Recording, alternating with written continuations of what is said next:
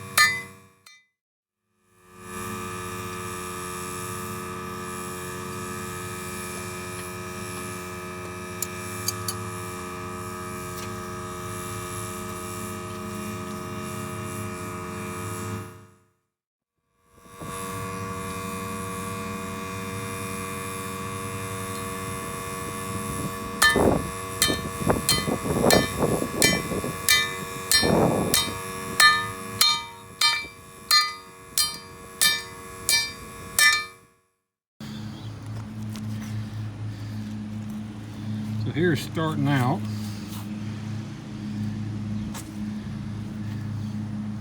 And here's my first attempt at hammering them out using the forge. So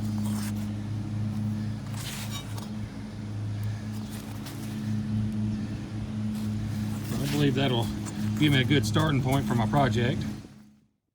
So here are the templates I made for my lawnmower knife blades, kind of a skinning knife on this one and kind of a cleaver on this one.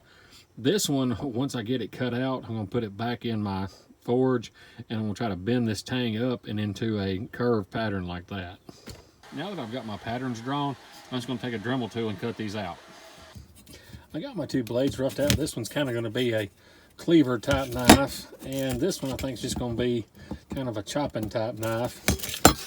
Before I get to using the forge, this is what I was using originally to put air into the forge, and it's basically just an aluminum arrow taped to a spray nozzle, and I would stick this down into the tube and blow the air into the forge, but it kind of got to be cumbersome when I have to hold this down and keep it in there and all that. So I've upgraded and made this instead. As you can see, it's got a nipple right here, and then it comes down to a 1-inch conduit and then to a 1.5-inch pipe.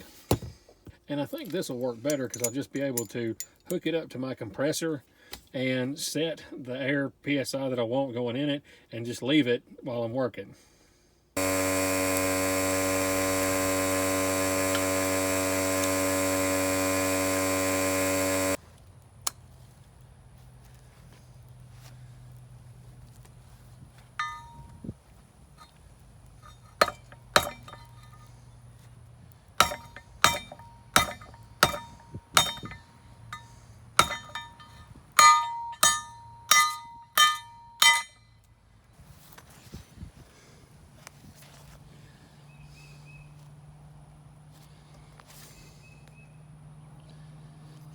I got my handle curved how I want it, and I'll go back and hit this bump with a side grinder.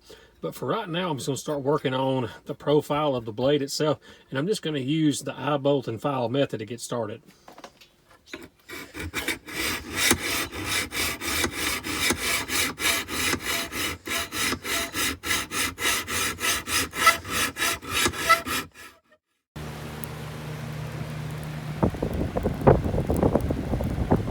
I heat treated then tempered my blades, and I'm going to clean them back up and get ready to make the handles. So this is the wood that I'm going to use for my scales, and I don't know what type of wood this actually is.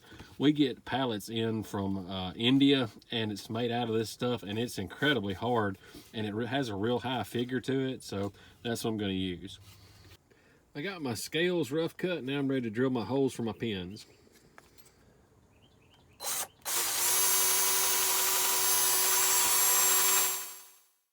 Now that the epoxy has dried, I can start shaping my handles.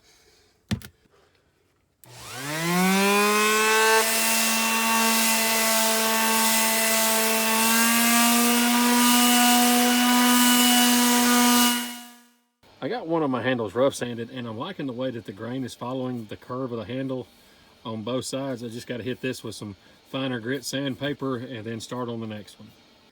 So I got my handles finished, and they've got a little bit of imperfection in the wood, like right here and right here. And I'm not going to try to sand those out because I believe it gives the handles character. So now I'm ready for stain, and I'm thinking I'm going to go ahead and sand off all this black oxide, at least on one of them, just to see how it looks. So I started sanding off the black oxide finish, and I'm liking the way that it looks not completely sanded off. I believe they call that distressed nowadays, whereas somebody like me just calls it being used. So I think I'm just going to leave it like that. Then go ahead and add stain to the handles. I'm now ready for stain, and I think I'm going to go with Special Walnut. I've got a couple of other stains on hand, but they're, I think, too red for this kind of project, so I'm just going to go with this. Now that my stain has dried, it's on to sharpening, and I'm just going to use my homemade sharpening setup.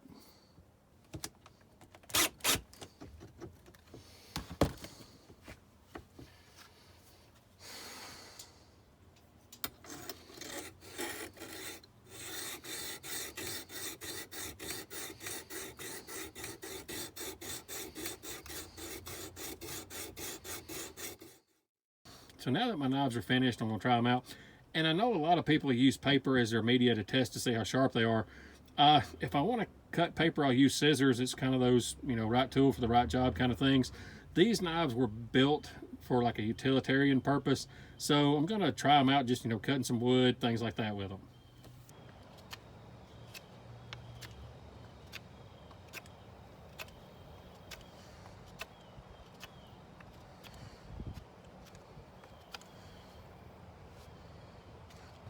Well, it did good whittling the wood, and the blade still feels sharp, so on to the next test.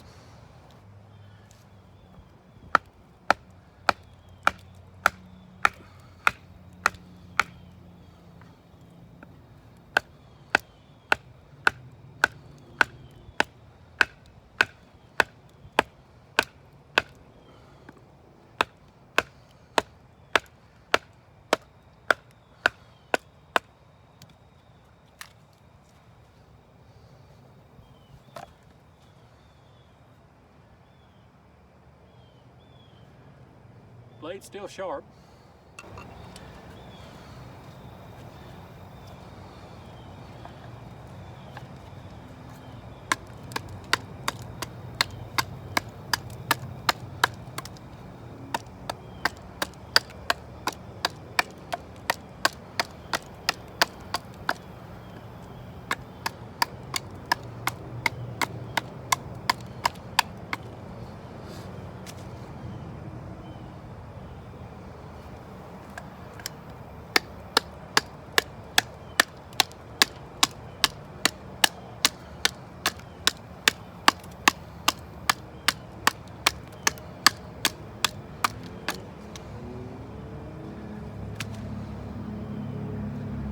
Blade's still sharp on this one too.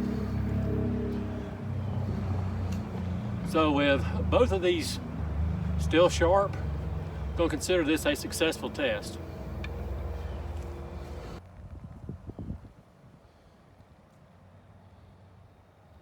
I got my lawnmower blade knives finished, and it took me about 8 hours to do, and that's, cutting, grinding, hammering them out in the forge, heat treating, this, that, and the other. And in doing research for this project, I came across several websites that said it is not a good idea to make knives from lawnmower blades due to the quality of steel. Now, these particular blades were made in France, and I don't know if French steel is any better than Chinese steel. It's kind of up to opinion, I guess you'd say.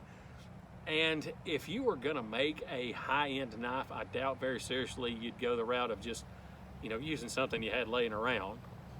On the other hand, somebody who is new to knife making or wants to make a knife, a lawnmower blade is a great way to go. Like I said, I, whittled with it, cut a tree in half with it, this, that, and the other. And the blades are still sharp, so I don't know what the conundrum is with not using lawnmower blades to make knives. Now, these are purpose-built utilitarian knives, and the reason for that is if I want to, cut the head off catfish, break through bones of deer, this, that, and the other, I have them, and I don't have to worry about messing up any of my good knives. So, thank y'all for watching. We'll see y'all next time.